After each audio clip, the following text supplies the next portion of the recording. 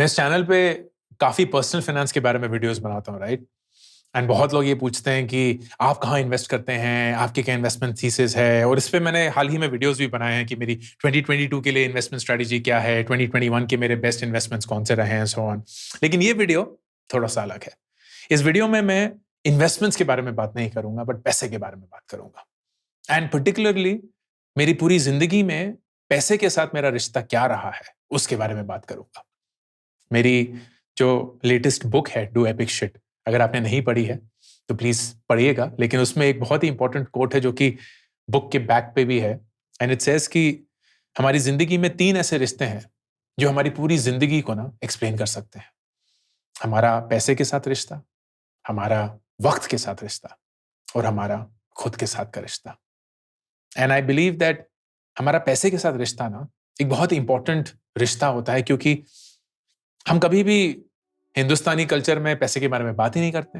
माँ बाप ना कभी सिखाते हैं, ना कभी चर्चा करते हैं। स्कूल कॉलेज में तो पैसे के नाम पे कभी भी कोई डिस्कशन होता ही नहीं है। एंड खासकर अगर आप पैसे के बिना बड़े हुए हैं ना, अगर आपकी जिंदगी में कठिनाइयां थी, पैसों की वजह से मुश्किलें थी, then you can go one of two ways. या तो आप पूरी जिंदगी पैसे के पीछे भागेंगे, या आप अपनी जिंदगी ऐसे जिएंगे कि पैसा आपके लिए कभी भी जरूरी नहीं होगा। And I don't know what explains कि लोग इन दोनों में से कौन से रास्ते पे निकलते हैं। I had a very tough childhood when it came to money. In fact मुझे याद है 1980s की बात है। मेरे डैड ने एक कंपनी ज्वाइन करी थी और वहां कुछ 6-12 महीने हो गए थे उनको काम करते हुए, और उसी वक्त पे उनको एक नया जॉब ऑफर आया। दुगनी तनख्वाह, दुगनिया, और एक गाड़ी। क्योंकि गाड़ी पता नहीं उस समय पे नौकरियों में बड़ी शानदार सी चीज होती है, तो एक फिएट मिल रही थी हमें। जो कि अगर आपको नहीं पता कौन सी गाड़ी है, दैट्स परफेक्टली फाइन, आप उस जमाने के नहीं है। एंड उस समय पे 1980s में दुगनी तनख्वाह मिलना और एक गाड़ी मिलना बहुत बड़ी डील थी। So my dad was like absolutely, let's do it. तो उन्होंने अपनी करंट नौकरी छोड़ी, ये नई नौकरी ली। एंड आई थिंक 1 साल के अंदर ही ये कंपनी बंद हो गई। And my dad was without a job. 2 साल तक उनको नौकरी नहीं मिली। And it was a really really tough time for all of us. मुझे अभी भी याद है, बहुत सारे ऑड जॉब्स करके वो कहीं कहीं से पैसे कमाने की कोशिश करते थे। मेरी मॉम एक स्कूल में टीचर थी, तो वो थोड़ा बहुत वहां से ट्यूशन देकर कमाने की कोशिश करती थी। अभी भी याद है मुझे, कुछ दिन थे जब माँ पापा खुद खाना नहीं खा पाते थे, लेकिन हमें खिलाते थे। हमारी स्कूल की फीस जैसे तैसे करके टाइम पे पहुंच जाती थी। मुझे अभी भी याद है एक दिन जब हमारे पूरे ड्राइंग रूम में, किराए के मकान में रहते थे लाजपत नगर में, पूरे ड्राइंग रूम में पेन पड़े हुए थे, लाइक पेन्स। पेन की बॉडी अलग और रीफिल अलग, और हमारा काम था उन पेन की बॉडी में रीफिल डालना। और हर 100 पेन्स में अगर हम रीफिल डालेंगे तो हमें कुछ पैसे मिलेंगे। और हम सब ने रात भर बैठ के उस पेन में रीफिल डाले थे और उससे पैसे कमाए थे। जैसे तैसे करके 2 साल बाद पापा को कोई नौकरी मिली। कभी भी ही कुडंट रिकवर। और बहुत लोग थे जो बोलते थे, अरे अशोक जी ये क्या बकवास सा डिसीजन ले लिया, थोड़ा तो सोचते समझते। And my father was always like कि अगर मैं वापस उस वक्त पे जाकर अपने आप से ये पूछूं कि क्या मैं ये डिसीजन लूंगा, तो उसका जवाब होगा हाँ, मैं फिर से ये डिसीजन लूंगा। जस्ट बिकॉज रिस्क काम नहीं किया, इसका मतलब ये नहीं है कि डिसीजन गलत था। बहुत आसान होता है ये बोलना जब आपका डिसीजन काम नहीं करता ना, कि अरे गलत डिसीजन ले लिया। बट उस समय पे आप फिर से वही डिसीजन लेंगे। And a big lesson that I learned because of this experience was risk and failure ना is a state of mind. Risk और फेलियर को कोई मेजर नहीं कर सकता, लेकिन वो हमेशा आपकी सोच पे निर्भर होता है कि आप कितना रिस्क ले रहे हैं। और अगर वो रिस्क काम नहीं किया तो आपकी डेफिनेशन में उस फेलियर कितना बड़ा होता है। हमेशा से मेरा अरमान था कि मैं यूएस जाके पढ़ाई करूंगा, तो दिल्ली यूनिवर्सिटी में दाखिला लिया। थैंकफुली वहाँ की फीस बहुत कम थी, तो इतना प्रेशर नहीं था। लेकिन ये भी पता है कि अगर यूएस जाना है तो सिर्फ एक ही तरीका कि आप जा सकते हैं, कि आपको 100% स्कॉलरशिप लेनी पड़ेगी, और तो कोई तरीका है ही नहीं। तो फिर यूएस यूनिवर्सिटीज के लिए अप्लाई करा, एग्जाम वगैरह दिए। बहुत बहुत महंगे एग्जाम होते हैं, GRE, TOEFL, 5,500 हजार रुपए के एग्जाम। जैसे तैसे पैसे बटोर कर 10-12 हजार जितने भी कर सकते थे वो एग्जाम दिए। फिर अप्लाई करने का अलग सा पैसा देना पड़ता है यूएस में, कुछ $50 या $100 पर कॉलेज। तो 4-5 कॉलेज में ही डालने की हैसियत थी, तो वो भी किया। एंड उनमें से एक कॉलेज में मेरा एडमिशन हो गया, Michigan State University, for the PhD programme of astronomy on 100% scholarship. बहुत खुश था मैं, माँ बाप भी बहुत खुश थे, क्योंकि पहली बार ऐसा लग रहा था कि अब जिस डिसीजन की वजह से ना जिंदगी बदलने वाली है, लाइफ बदलने वाली है, वारिको खानदान का जो पूरा एक्सपीरियंस रहा है वो बदलने वाला है। लेकिन यूएस जाना था, उसके लिए तैयारी करनी थी। सबसे ज्यादा तैयारी थी मिशिगन, जहां मैं जाने वाला था वो बहुत ठंडी जगह है, तो वहां गर्म कपड़े चाहिए थे, और गर्म कपड़े होते हैं महंगे अगर आप यूएस में जाएंगे, तो हिंदुस्तान से ही लेके जाने थे। तो स्वेटरें वगैरह तो बन जाती हैं, बुन जाती हैं, लेकिन ओवरकोट जो हैं वो तो भाई महंगे भी होते हैं और जरूरी भी हैं। तो जैसे तैसे करके पता चला कि दिल्ली में जामा मस्जिद के पास एक दुकान है जहां पुराने सेकंड हैंड ओवरकोट मिलते हैं। तो पापा और मैं बस पकड़कर जामा मस्जिद गए, उस दुकान में गए, और मुझे पता नहीं, अभी भी अगर मैं अपनी आंखें बंद करता हूं ना, मुझे वो दुकान याद आती है। एक सीढ़ी थी, उससे चढ़कर बिल्कुल मेज़ेनाइन फ्लोर जो होता है वहां बिल्कुल ठोक के भाव ओवरकोट पड़े हुए थे। और उसमें हमने छांटा 2 ओवरकोट दिखे जो पसंद आए। हमने उनसे पूछा कितने का है, उन्होंने बोला 400 रुपए का एक ओवरकोट। तो हम खुश हो गए, क्योंकि शायद हमारे पास उस समय सिर्फ 1000 रुपए ही थे। तो वो 2 ओवरकोट लिए, अब 200 रुपए बच गए थे, तो 100 रुपए का जामा मस्जिद में कुल्फी फलूदा खाया। आई थिंक 100 का ही था, या नहीं कम का ही होगा उस समय पे, 100 का तो नहीं होगा। तो फिर वापस आए। एंड इट्स अमेजिंग राइट, कि आप जिंदगी में वो सारी चीजें याद रखते हैं जिसका पैसे से कुछ लेना देना नहीं है। हम सबको यही लगता है कि पैसे की वजह से ही सारी खुशियां वापस आएंगी, पैसे की वजह से ही जिंदगी अच्छी रहेगी, बट अल्टीमेटली जब आप अपनी जिंदगी के बारे में सोचते हैं, it very rarely involves money, and it almost always involves experiences. ऐसे एक्सपीरियंसेस जो मुझे आज भी याद है इस वीडियो को बनाते हुए। यूएस की टिकट लेने के लिए मेरे फैमिली ने मेरे पिताजी के एक बिजनेस एसोसिएट से 55,000 रुपए का एक लोन लिया था, which was the price of the one way ticket to go to the US. मैं यूएस पहुंचा था, मेरे पास कुछ $400 थे, जो कि वो मासी और चाचा वो सब आते हैं ना, तो कुछ कुछ दे देते हैं। मैंने बोला था सबको, आप अगर पैसे दे सकते हैं तो सबसे बढ़िया रहेगा, क्योंकि फिर मैं उसको डॉलर में कन्वर्ट करके अपने साथ ले जाऊंगा। यूएस पहुंचा मैं $400 के साथ, एक वन वे टिकट जो कि लोन पे थी। वापस आया, वो कहानी भी अलग है। ड्रॉप आउट करके वापस आया था, कोई आइडिया नहीं था क्या करूंगा क्या नहीं करूंगा। उस समय पे बहुत लोगों ने बोला MBA करो, तो MBA के लिए अप्लाई किया। ISB नया स्कूल था, सिर्फ 5 साल पुराना स्कूल था, बहुत ही महंगा स्कूल था। उस समय पे 14 लाख रुपए उसकी फीस थी, एंड हैसियत ही नहीं थी, दूर दूर तक नहीं थी। उसी समय पे जब मैं यूएस गया था तो पिताजी ने सारी नौकरियों से कुछ तो हुआ नहीं, तो उन्होंने अपना एक बिजनेस शुरू किया था। वो बिजनेस भी सही नहीं चला था, तो बहुत कर्ज में थे, बहुत सारा पैसा लोगों को चुकाना था, उधार था। एंड उस पॉइंट पे ISB जाने का डिसीजन लिया। जब दाखिला हुआ तो सिर्फ एक ही तरीका था कि लोन लें।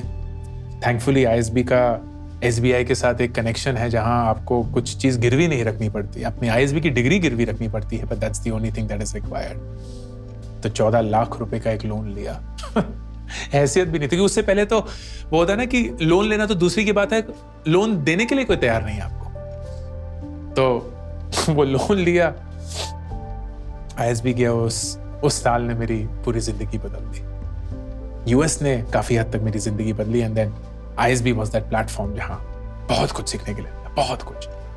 और उसके बाद फिर एक अच्छी नौकरी लगी, धीरे धीरे पैसा कमाना शुरू किया, धीरे धीरे लोन चुकाना शुरू किया। बाय द वे 2006 में मैंने ISB से ग्रेजुएट किया था, और वो जो 14 लाख रुपए का लोन है वो पता मैंने कब तक पे किया? 2014 तक, 8 साल तक मैंने उस लोन को चला के रखा, क्योंकि ना कभी इतना पैसा था लमसम में देने का, और फिर ये भी है कि एजुकेशन लोन से वो टैक्स बेनिफिट मिलते हैं, वो सब भी था।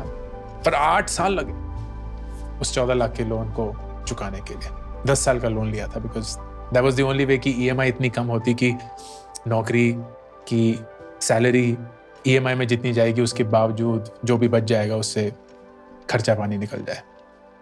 3 साल नौकरी करने के बाद आफ्टर ISB स्टार्टअप का भूत चढ़ा, और उस पॉइंट पे मैं अपनी जॉब में 30 लाख रुपए साल के कमाता था। ये 2009 की बात है, बहुत पुरानी बात है। और उस समय पे 30 लाख रुपए बहुत बहुत बहुत ज्यादा पैसे होते थे। पर जब स्टार्टअप का भूत चढ़ा तो फिर ये था कि करना है, तो पूरा कैलकुलेशन करी कि जिंदगी एक्चुअली जीने के लिए कितना पैसा चाहिए। जो EMI थी, घर का खर्चा था, टैक्स वगैरह सब काट कूट के, तो वो नंबर आया करीब 1 लाख रुपए महीना। तो जब मैंने secondshadi.com ज्वाइन किया अपने फाउंडर के साथ, तो हमने यही डिस्कस किया कि अगर आप मुझे 12 लाख रुपए साल के दे सकते हैं, then that is the way that I can join. So पूरा 30 लाख रुपए की सैलरी को छोड़कर वो 12 लाख रुपए का बेट लिया। एंड वो बेट मैंने सिर्फ इसीलिए लिया क्योंकि मुझे पता था कि अगर कभी भी खुदा ना खास्ता ये स्टार्टअप अगर काम नहीं करे, तो शायद मैं वापस उस कंसल्टिंग की दुनिया में जा सकता हूं, उस जॉब की दुनिया में जा सकता हूं। पर मुझे नहीं पता कि ये जो नई अपॉर्चुनिटी मेरे सामने है, हालांकि बहुत कम पैसा है, लेकिन एक अलग ही एक्सपीरियंस है। और अगर उस एक्सपीरियंस को मैंने अपनी जिंदगी में किसी ना किसी तरीके से पिरो दिया, then I don't know what can come out of it. And I wanted to take that bet. I wanted to take that risk. And I was reminded of the same thing जो शायद मेरे माँ बाप ने किया होगा जब dad ने वो डिसीजन लिया of joining that new company. उनके लिए अनफॉर्चुनेटली वो डिसीजन काम नहीं किया, एंड शायद मेरा भी काम नहीं करेगा, but I would make that same decision every single time. वो स्टार्टअप अच्छा चला, फिर ग्रुपॉन हुआ, और ग्रुपॉन में बहुत अच्छे से सब कुछ चल रहा था। I was running the country, I was running APAC as a region, बहुत अच्छे से पैसे कमा रहा था। साल की तनख्वाह करीब 1.5 करोड़ रुपए थी। It was a lot of money. लेकिन फिर 2015 में हमने सोचा कि ग्रुपॉन हिंदुस्तान का जो फ्यूचर है वो लिमिटेड रहेगा, एंड क्योंकि हिंदुस्तान का मार्केट इतना बड़ा था, we wanted to run it our way. So we then made it independent and we started nearby.com. And nearby.com जब शुरू हुआ तो वो मेरा स्टार्टअप था, वो मेरा ही बच्चा था, मैंने उसको पैदा किया था in that sense. So how could I be the one who would say, अरे मैं तो इतनी तनख्वाह लूंगा, ये सब करूंगा? So I constantly, along with the founders, to their credit, took less than market salary. In fact, मेरी सैलरी पिछले 5 साल सेम ही रही, कभी भी नहीं बढ़ी। बल्कि 2017 में जब नियरबाई एक बहुत ही बुरे वक्त से गुजर रहा था, जब मैंने बहुत ही गंदे कुछ डिसीजंस लिए थे जो हमारे लिए काम नहीं किए, एंड उसकी वजह से हम बहुत ज्यादा पैसे गवा चुके थे एंड फंड रेज नहीं हो पा रहा था। I had to lay off 25% of my team, which is frankly the hardest thing that I've done in my life. वो लोग जिनकी कोई गलती नहीं थी, वो लोग जो पूरी मेहनत से, पूरी शिद्दत के साथ काम करते थे, उनको मुझे जाने के लिए बोलना पड़ा, क्योंकि मेरे डिसीजंस काम नहीं हुए थे, काम नहीं आए थे, काम नहीं किए थे। एंड उस पॉइंट पे नेचुरली, क्योंकि कंपनी इतने बुरे वक्त से गुजर रही थी, as founders we also decided कि हम एक 50% कट लेंगे इन आवर पे। और वो अगला जो 1.5 साल था, that was really tough, क्योंकि मैंने अपनी पूरी लाइफ सेविंग, अपनी जिंदगी की जो भी लाइफ सेविंग थी, जो ग्रुपॉन से अच्छे पैसे कमाता था, वो हर एक पैसे को मैंने नियर बाय में दिया था। I had invested all my money in nearby. तो मेरे पास कुछ था नहीं बैंक में, I had nothing. And 50% जैसे ही कट हुआ तो सडनली आमदनी जो थी वो खर्चे से कम हो गई। तो धीरे धीरे क्रेडिट कार्ड पे लोन चढ़ता रहा, दोस्तों से कर्ज लेना शुरू हुआ। बहुत बहुत मुश्किल वक्त था, बहुत मुश्किल वक्त। मुझे अभी भी याद है, विदुर जो हमारा बेटा है, 2017 की बात है, 6 साल का हो रहा वाला था उस साल, और बहुत टाइम से बोल रहा था कि मम्मी पापा एक साइकिल चाहिए, मम्मा पापा एक साइकिल चाहिए, साइकिल चाहिए। एंड हमारे पास साइकिल खरीदने के भी पैसे नहीं थे। एंड वो इतने दिल से मांग रहा था कि ऐसा हो ही नहीं पाता कि हम उसकी बात को इनकार करें या इग्नोर करें। So at that point of time Ruchi, मेरी वाइफ जो है, उन्होंने बोला कि अगर विदुर को चाहिए एंड हमारा भी मन है उसको देने का, then we should do it. और उस टाइम पे she decided to sell a part of jewellery to get enough money to buy a cycle. तो हमने रुचि की ज्वेलरी बेचकर पैसे लिए। विदुर स्कूल गया हुआ था, तो फिर हमने उसके पीछे जाकर साइकिल ली, घर में छुपाई। फिर वो आया और हमने बोला, विदुर आपके लिए एक सरप्राइज है। उसने बोला, क्या क्या क्या? इसलिए आपके बर्थडे के लिए हम आपके लिए कुछ लाए हैं। Then we showed him the cycle and he broke down. बहुत रोया, बहुत रोया। उसके साथ हम भी रोए। And it was just a reminder कि जिंदगी में चाहे आपके पास कितना भी कम पैसा हो, nothing can replace the joy of being happy with people that you love. Nothing at all. And we were so happy that we didn't even think for a second to sell that jewelry to buy him that cycle.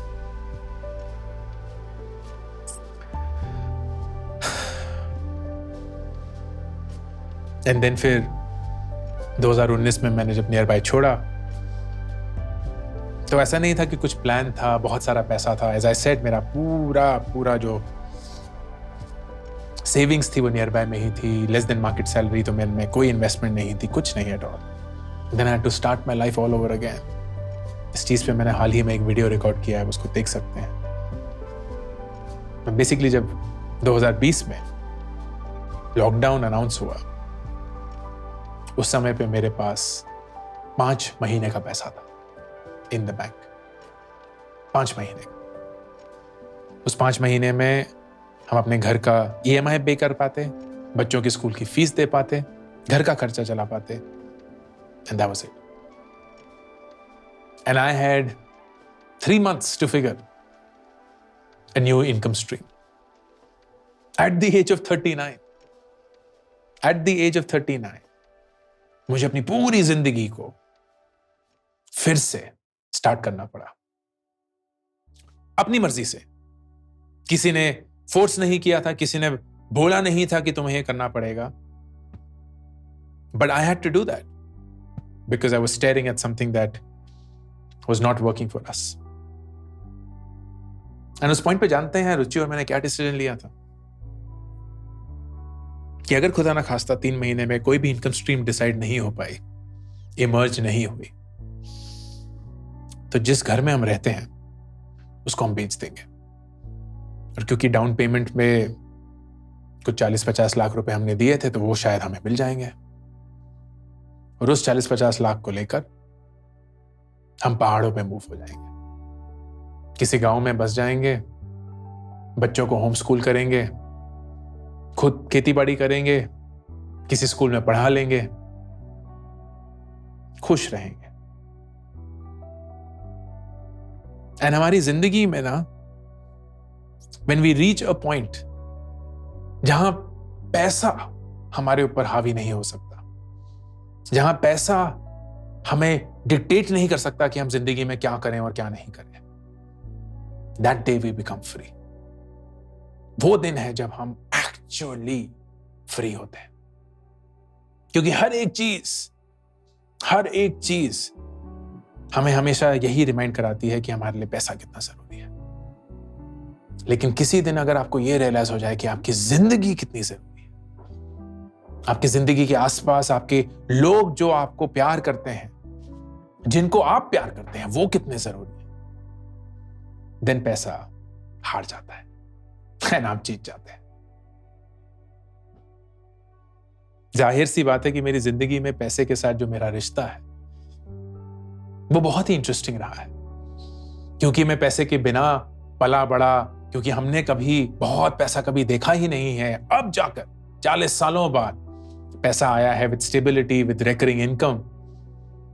But इससे पहले जो सारे experiences थे, दे वर constant reminders कि ये दुनिया आपको हमेशा ये दिखाने की कोशिश करेगी कि आपके पास कम पैसा है। ये दुनिया हमेशा आपको ये एहसास दिलवाएगी कि अगर आपके पास पैसा नहीं है, अगर आप कमा नहीं सकते, अगर आप अच्छा नहीं कमाते, तो आप फेलियर हैं। जो मैं पूरे वीडियो बनाता हूं इन्वेस्टिंग के, पैसा ग्रो करिए, ये सब करिए, वो सब करिए, कभी कभी मुझे ऐसा लगता है कि क्यों। एंड आई ऑफन से, here is a thing that money does. पैसा ना आपको फ्रीडम दे सकता है, फ्रीडम दे सकता है। और वो इसलिए क्योंकि अगर आपके पास पैसा नहीं है एंड आप ये जान पाएंगे कि जिंदगी जीने के लिए एक्चुअली ज्यादा पैसे की जरूरत होती नहीं है, then you are free. And अगर आपके पास बहुत पैसा है, then you can actually do whatever you want to do with your life, whatever you want to do with your time, and you are also free. What money buys you is freedom। पैसे को चीजें खरीदने के लिए waste मत करिए। पैसे को एक फोन, एक गाड़ी, एक घर, ये सब फालतू चीजों के लिए वेस्ट मत करिए। When I say फालतू, I don't mean they're फालतू, but you know what I mean। पैसे की सबसे जरूरत है आपको अपनी जिंदगी में फ्री करवाने की। अगर आपके पास दुनिया की सबसे महंगी गाड़ी है, सबसे महंगा फोन है, सबसे महंगा घर है, लेकिन आप तब भी खुश नहीं है, आप तब भी किसी और के काबू में है, आपका मैनेजर हो, आपकी कंपनी हो, आपका स्टार्टअप हो, कुछ भी हो, then you're not free, my friend। You're not free। And अगर आपके पास दुनिया में कुछ भी नहीं है, कोई पैसा नहीं है, लेकिन आपके पास आपका वक्त है, आपके पास वो सारे लोग हैं जिनको आप प्यार करते हैं, वो हर एक इंसान जो आपकी जिंदगी में आपको खुश देखना चाहता है, वो आपके करीब है, then you're the richest man on earth। Ankur Warikoo, signing off।